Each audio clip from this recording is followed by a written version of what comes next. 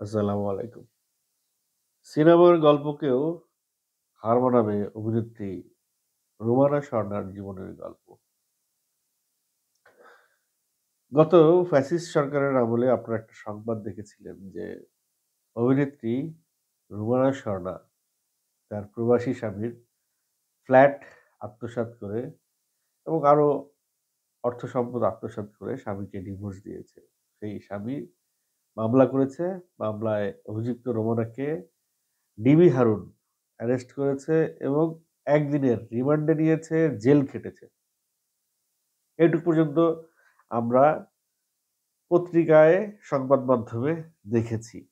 কিন্তু এর অন্তরালে যে একটি অন্য গল্প লুকিয়ে ছিল, সেটি আমরা ঘুণাক্ষরেও টের পাইনি। ডিবি হারুনের পবিত্র চেহারা দেখে সবাই ভাবছিলেন যে, এই লোকটি মিথ্যে কথা বলতে জানে না, অভিনয় জানে না। যদিও তিনি একজন অভিনয় শিল্পীকে আইনের আওতায় এনে, রিমান্ডে এনে জেল খাটিয়েছেন। কিন্তু ঘুণাক্ষরেও আমরা বুঝতে পারিনি আসল অভিনয়টা সেই ডিবি হারুনই করেছে। তার নামে ২৮ টি বিয়ের মামলা দিয়েছে। অভিযোগ করেছে ২৮ টি বিয়ে। একটা মানুষ যদি ২৮ টা বিয়া করে, তাহলে তো তার জীবনে এট লিস্ট ২৮ টা বছর লাগে। ২৮ টা বসন্ত লাগে, তাই না? যাই হোক, এরকম অবাস্তব, অযৌক্তিক অনেক অপবাদ দিয়ে রোমানা স্বর্ণাকে জেলে পাঠানো হয়েছিল। তার স্বামী জুয়েল, ডিবি হারুন এবং স্বরাষ্ট্রমন্ত্রী কামালের অবৈধ টাকা হুন্ডির মাধ্যমে বিদেশে পাচার করত। সেই সুবাদে ডিবি হারুনের সাথে এবং স্বরাষ্ট্রমন্ত্রীর সাথে তার সেই হাসব্যান্ডের এখনো আছে, সে হাসব্যান্ড ২ বারের ডিভোর্স দেওয়ার পরেও ৩য় বারের ডিভোর্স এখনো সে দেয় নাই। এখনো সে হাসব্যান্ড বহাল আছে। যদিও তাদের সংসার একসঙ্গে হচ্ছে না। তো কেন বলছি যে সিনেমার গল্প কেউ হার মানাবে? তো আদতে তো এই গল্পটা দেখে, ওই নিউজ গুলা দেখে তো আমরা ধরেই নিয়েছিলাম যে ওকে ডাল মে কুছ কালা है, যা রটে তার কিছুটা তো বটে। অনেকেই এরকম আশ্বাস, বিশ্বাস অনেক কিছুই হয়েছিল আশ্বস্ত বিশ্বস্ত। এই ফাঁকে এই যে সরকার পতন হইল, এই সরকার পতনের ফলে রোমানা আ এখন মুখ খুলতে পারছে। এখন সে জানাইতে পারছে আসলে তার জীবনে কি হয়েছিল। বেসিক্যালি তাকে হয় না যে নায়িকাদের মোহে পড়ে সাধারণ মানুষ। ঠিক তেমনি তার মোহে পড়ে জুয়েল যে এত কর্মযজ্ঞ করেছে রোমানাকে নিয়ে, সে স্বর্ণার মোহে পড়ে। তার খালাতো ভাই মাহিন বা কাজিন মাহিন এর মাধ্যমে স্বর্ণার সঙ্গে যোগাযোগ করে।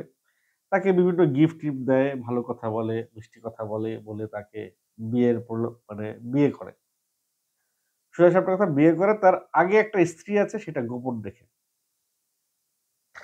এবং বিয়ের আগে রোমানার সঙ্গে হাসব্যান্ডের কথা হয়েছিল যে বিয়ের পরে তার কাজে, অভিনয় জীবনে সে কোনো বাধা হয়ে দাঁড়াবে না।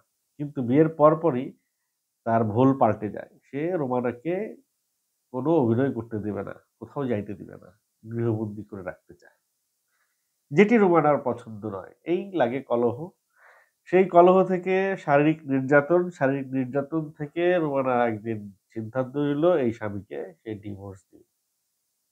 যেই কথা সেই কাজ, ডিভোর্স দেওয়ার সঙ্গে সঙ্গেই স্বামীর আসল রূপটা, মানে প্রকৃত রূপটা বেরিয়ে আসলো। সে কে? সে কি করে? সে কি করতে পারে?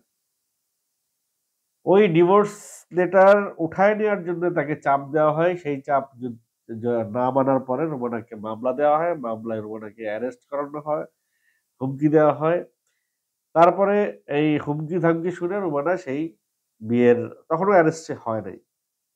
হুমকি-ধামকি এগুলো, যেহেতু রাজনৈতিক শক্তি আছে, প্রশাসন তার পক্ষে আছে, সে তার ১ম ডিভোর্সের পেপারসটা তুলে নেয়। তাদের মধ্যে আবার ঠিকঠাক হয়ে যায় সবকিছু। আবার সে সবকিছু মেনে নেয়। কিন্তু মেনে নেয়ার পরে ২ মাস ঠিক ছিল। তারপর আবার সেই তার পুরনো রূপ। রোমানা একটা সিনেমায় চুক্তিবদ্ধ হয়। সেই সিনেমার ২য় দিন বা ৩য় দিন থেকে তার হাসব্যান্ড সেই সিনেমাটাকে কাজ করতে দিল না। তো রোমানার আবার সেই হাসব্যান্ডের মারধর, সেই মানে কারোর সাথে যদি রোমানা কথা বলে সন্দেহ হাবিজাবি সবকিছু মিলিয়ে তার জীবন অতিষ্ঠ, সে আবার তার হাজবেন্ডকে ডিভোর্স দেয়। এইবার তার হাজবেন্ড মামলা করে দেয়। মামলা করে রোমানাকে সরাসরি জেলে। সেটাই আমরা দেখছি। ডিবি হারুন তাকে রিমান্ডে নেয়। রিমান্ডে নেয় একটা চাঞ্চল্যকর তথ্য দিল রোমানা আজকে একটি প্রেস কনফারেন্সে। এই সমস্ত কথা রোমানারই কথা। যে আদালত থেকে, জেল থেকে জুয়েলের গাড়িতে করে ডিবি হারুনের কার্যালয়ে নিয়ে যায় রোমানাকে রিমান্ডে। অর্থাৎ একটা বেসরকারি গাড়িতে ডিবি হারুনের কার্যালয়ে নিয়ে যায়। সেখানে ডিবি হারুন রিমান্ডে একটা কথাই বলে। তাকে কফি খাওয়ার জন্য অফার করে, কফি খায় না, কিন্তু একটা কথাই বলে, সেটা হচ্ছে যে জুয়েলের সাথে মিল্লা-মিশা থাকো। জুয়েল যেভাবে বলে সেইভাবে চলো, যাও। এই হচ্ছে রিমান্ড। এবং রিমান্ডে জুয়েলকে সামনে রেখে ডিবি হারুন রোমানা স্বর্ণা রিমান্ড নেয়। তার মানে ডিবি হারুনের কত কাছের লোক জুয়েল। একজন সরকারি কর্মচারী নয়, সর্বোপরি একজন প্রশাসনিক কর্মকর্তা নয়, সে কিভাবে রিমান্ডে ডিবি হারুনের সামনে থাকে? এই প্রশ্ন রোমানা স্বর্ণা করেছে সবার কাছে। সেই প্রশ্নের উত্তর আমারও জানা নাই। মানে কতটা সিনেম্যাটিক, কতটা ফিল্মি হইলে এরকম ঘটনা ঘটতে পারে। স্বরাষ্ট্রমন্ত্রীর ছোট ভাই রোমানা স্বর্ণাকে ফোন দিয়ে থ্রেট দেয়। ডিবি হারুন রোমানাকে ফোন দিয়ে থ্রেট দেয়। সবকিছু মিলিয়ে সবকিছু নিয়ে রোমানা স্বর্ণা যখন ব্যতিব্যস্ত, তার জীবন যখন দুর্বিষহ, তখন কেউ একজন তাকে বুদ্ধি দেয় যে তোমার ছেলেকে তুমি বিদেশে পাঠাও স্টুডেন্ট ভিসায়।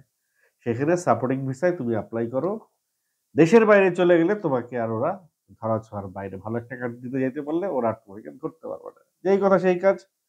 আমেরিকায় ছেলেকে স্টুডেন্ট ভিসায় পাঠায় এবং নিজে দাঁড়ায়, ভিসা হয়ে যায়, চলে যায় আমেরিকায়। আমেরিকায় যেদিন যায় এগুলো সব গোপনেই করে ফেলে রোমানা স্বর্ণা। এবং আমেরিকায় যাওয়ার পরে জুয়েল যখন জানতে পারে সে আমেরিকায় চলে গেছে এবং আমেরিকায় গিয়ে সে লাইভের হুমকি দেয় রোমানা স্বর্ণা, যে লাইভে সে সব তথ্য জানাই দিবে। জুয়েল কি করে, কার সাথে কি সম্পর্ক, ডিবি হারুনের অবৈধ টাকা, কামালের অবৈধ টাকা কিভাবে জুয়েল পাচার করে, সব লাইভে এসে জানাই দিবে। এই কথা যখন বলে তখন সেই কথিত স্বামী জুয়েল রোমানার মাকে হুমকি দেয় যে যদি সে লাইভে আসে তাইলে আপনাদের মেয়েকে যে অবস্থা করেছি আপনাদেরও সেই অবস্থা হবে। বাধ্য হয়ে রোমানা স্বর্ণা লাইভে আসে না। এবং সর্বোপরি যখন ৫ আগস্টের পরে ভোল পাল্টে যায়, গল্পটা পাল্টে যায়, প্লট পাল্টে যায়, তখন জুয়েলের ক্ষমতাও পড়ে যায়। এই মগের মুল্লুক থেকে যখন মগগুলো চলে যায়, তখন জুয়েলের আর তাবেদারি চলে না। জুয়েল এখন ক্ষমতাহীন, ক্ষমতা ছাড়া। এখন জুয়েল আর রোমানাকে থ্রেট দিতে পারে না। ডিবি হারুনকে দিয়েও থ্রেট দেয়াইতে পারে না, এই স্বরাষ্ট্রমন্ত্রী কামালের ছোট ভাইকে দিয়েও থ্রেট দেয়াইতে পারে না। তো যাই হোক, সৃষ্টিকর্তা রোমানার মতে সৃষ্টিকর্তার অশেষ কৃপায় রোমানা সেই জুয়েল নামক এক দানবের হাত থেকে রক্ষা পায় এবং সে আমেরিকাতে সুখে শান্তিতেই বসবাস করছিল, চাকরি করে, ছেলে পড়ে। তারপরেও তার মনের মধ্যে একটা খচখচ করে। সে যে অপরাধে অপরাধী নয়, সেই অপরাধ থেকে নিজেকে মুক্ত করতে চায়, দায় মুক্ত করতে চায়। এটলিস্ট মানুষের মানুষের মনে, মানুষের চোখে, মানুষের চিন্তায় চেতনায় যেই অপরাধে সে অপরাধী, সেই অপরাধে সে যে আসলেই অপরাধী না সেটি সে প্রমাণ করতে চায়। সেই জন্যই গতকাল আজকে একটি প্রেস কনফারেন্স করে এবং সেই প্রেস কনফারেন্সে রোমানা সমস্ত তথ্য তুলে ধরে এবং তার কাছে দালিলিক প্রমাণ আছে। প্রয়োজনে সে সেই দালিলিক প্রমাণগুলো দেখাইতে চায়। এই রোমানা স্বর্ণা আজকে যদি না আসতো প্রেসের সামনে, আজকে যদি সে তার জীবনের সেই না বলা গল্পগুলো না বলতো, তাহলে এখনো পর্যন্ত হয়তো আমরা ধরে নিতাম যা রটে তার কিছুটা তো বটে। যাই হোক, রোমানা স্বর্ণার এখন একটাই দাবি যে বাংলাদেশের প্রচলিত আইনে সর্বোচ্চ যে সাজা জুয়েলকে দেয়া যেতে পারে সেই সাজা যেন সে পায়। সেই দাবি নিয়েই সংবাদ সম্মেলনে রোমানা স্বর্ণা। জানি না ইউনূস সরকার এই দাবি কতটুকু আমলে নিবেন। তবে রোমানা স্বর্ণা এটাও বলেছেন, যদি পলিটিক্স বা ক্ষমতা সে যদি দেখাইতেই চাইতো বা সেই ইচ্ছা যদি তার থাকতই, তাইলে অন্যান্য অনেক অভিনেত্রীদের মতো তার পকেটেও ২-৪ টা মন্ত্রী থাকতো। শেষ বেলায় সে কিন্তু একটা খোঁচা দিয়ে যায় অন্যান্য অভিনেত্রীদেরকে, যাদের পকেটে ২-৪ টা মন্ত্রী ছিল। তারা কিন্তু বহাল তবিয়তেই আছে, যাদের পকেটে মন্ত্রী ছিল। শুধু মন্ত্রীরাই বহাল তবিয়তে নাই। তারা দেশ ছেড়ে ভেগেছে। যাই হোক, ভবিষ্যতে এই বিষয়গুলো থেকে আমাদের সেই অভিনেত্রীরা যারা পকেটে মন্ত্রী রাখেন, তারা নিশ্চয়ই একটা শিক্ষা অর্জন করেছেন এবং সামনে পকেটে মন্ত্রী রাখা থেকে বিরত থাকবেন। রুমানা বিচার পাবে কিনা জানি না। তবে এই ঘটনা সবার সামনে আসাতে সে যে একটা মানসিক শান্তি পেয়েছে, এটা বোঝাই যায় তার চেহারা দেখলে।